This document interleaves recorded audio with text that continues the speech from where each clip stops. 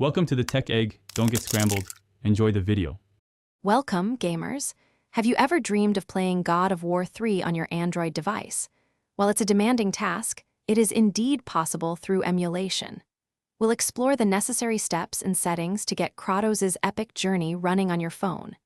Keep in mind that a powerful device is key, and performance can vary, often hovering around 10 to 20 frames per second. Before diving in, let's talk about what your Android device needs. To even consider playing God of War 3, you'll require a flagship processor, such as a Snapdragon 888 or a newer model. Additionally, a generous 8 GB of RAM is the bare minimum for the emulator to function. Your Android operating system should also be at least version 10 for proper compatibility.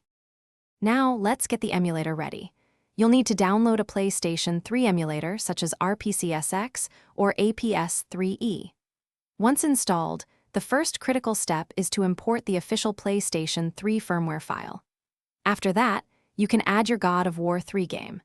It's often best to use game files that are already extracted into a folder format for easier recognition by the emulator. To get the best possible performance, optimizing your emulator settings is vital. Configure the renderer to Vulkan and set the resolution to 720 by 480 pixels.